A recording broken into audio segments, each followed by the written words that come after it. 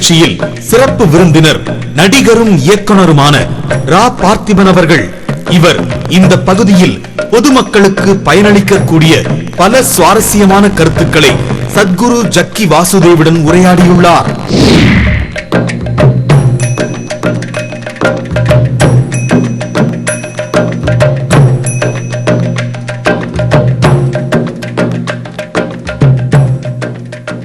உங்களை சந்திப்பது மகிழ்ச்சி இல்லை, ஒரு மகிழ்ச்சியை சந்திக்கிற மாதிரி இருக்கு எனக்கு.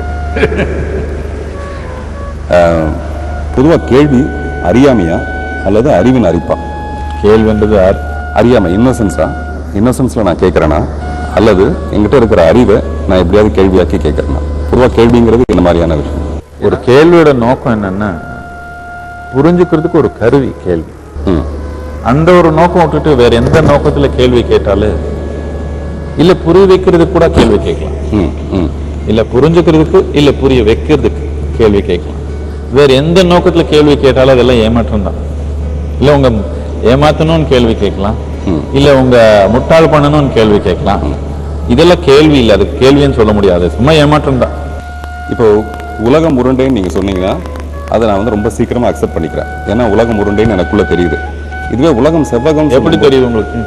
எனக்கு ஏற்கனவே புகுத்தப்பட்ட ஒரு விஷயங்கள் உலகம் உருண்டைங்கிறது. அது எப்படி தெரியும்? இப்போ கூட உங்களுக்கு எப்படி தெரியும்? அதான் அது ஏற்கனவே பல தடவை படிச்சோம், எனக்கு தெரிஞ்ச ஒரு படிச்சோம். அது சரி, இப்போ நீங்க மேலே போய் அப்படி இப்படி ஒரு மைல் அப்படி நடந்து பாருங்க, உலகம் மட்டமா இருக்குதா உருண்டையா இருக்குது? மட்டமா இருக்கு. திருப்பி அதுதான் இந்த மட்டமா இருக்கிற உலகம் இப்படி பெரிய, அதாவது ஒரு பெரிய வட்டத்தோட ஒரு பகுதி தான் இது மட்டம். ஸோ அதனால இது நமக்கு அதெல்லாம் நீங்க நம்புறீங்க, நீங்க உணரலையா? இல்ல, நான் கேட்க வந்த கேள்வி அது உலகம் உருண்டைன்னு சொல்லும் போது எனக்கு அதை புரிஞ்சுக்க முடியுது. ஏன்னா ஏற்கனவே அது எக்ஸிஸ்டிங் எனக்குள்ள இருக்கிற விஷயம். 100 பேர் அதை சொல்லிட்டாங்க, நீங்க நம்புறீங்க. சரி, இதே விதமா பல விதமான முட்டாளத்தனம் உலகத்துல நம்பியிருக்கிறாங்க மக்கள்.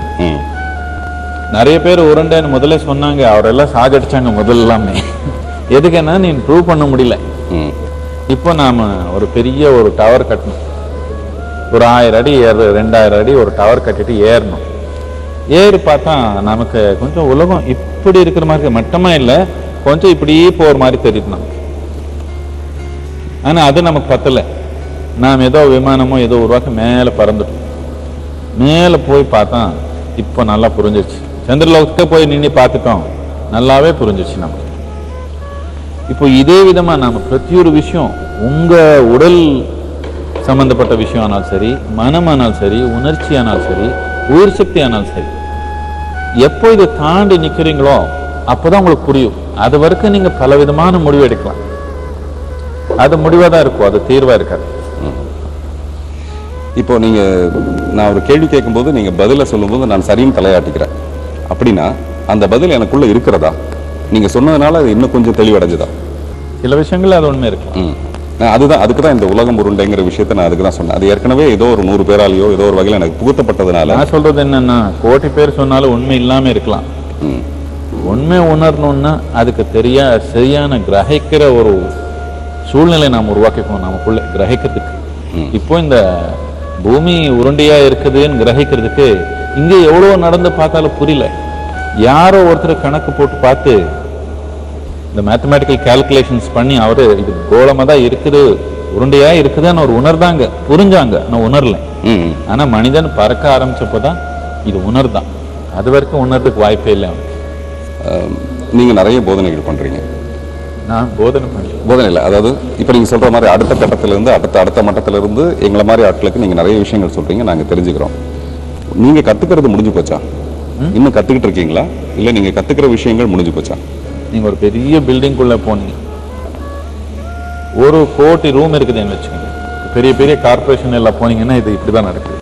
பெரிய கம்பெனிக்குள்ள போனீங்கன்னு வச்சுக்கோங்க, அங்க 1 லட்சம் ரூம் இருக்குது. ஒரு ரூமுக்கு ஒரு கோடு, ஒரு கீ வச்சிருக்காங்க.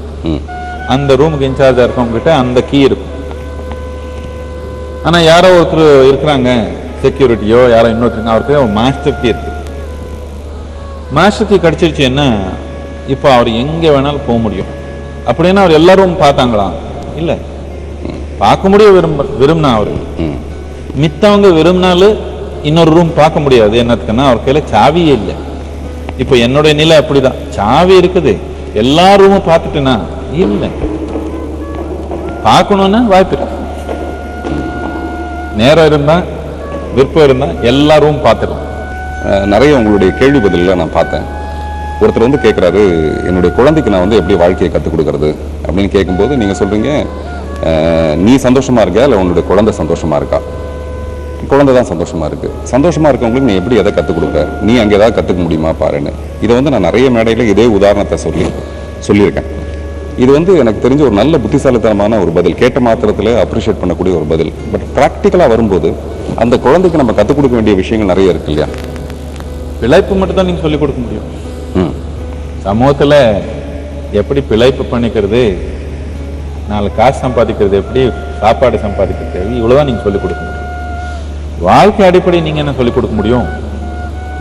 அந்த குழந்தையோட அறியாமை தானே அதோட சந்தோஷம். உதாரணத்துக்கு இப்போ சமீபத்தில் ஒரு 160 அடி குடியில் ஒரு குழந்தை விழுந்துருச்சு. அது ஒரு லாரிக்கு பின்னாடியே ஓடி போச்சு, அது உள்ளே விழுந்துருச்சு. அதை தூக்க முடியல, 2 நாளாக ட்ரை பண்ணி முடியாமல் போயிடுச்சு. ஸோ அந்த குழந்தையோட சிரிப்புக்கு பின்னாடி அந்த குழந்தையோட அறியாமை ஒன்று இருக்கு இல்லையா? அறியாததுனால சிரிப்பு வரல, அடையாளங்கள் இல்லாததுனால சிரிப்பு வருது. உங்களுக்கு அப்படிதான். ஒரு அடையாளத்து பிரச்சனை இல்லாம சும்மா ஏதோ ஒரு இடத்துல இருந்து நீங்க குழந்தை மாதிரி சிரிக்கிறீங்க. பார்த்துருக்கீங்களா? ஏதோ ஒரு இடத்துல அடையாளங்கள் இல்லாம கொஞ்சம் அடையாளங்கள் குறைஞ்சு போச்சுன்னா நீங்க குழந்தை மாதிரி சிரிக்கிறீங்க.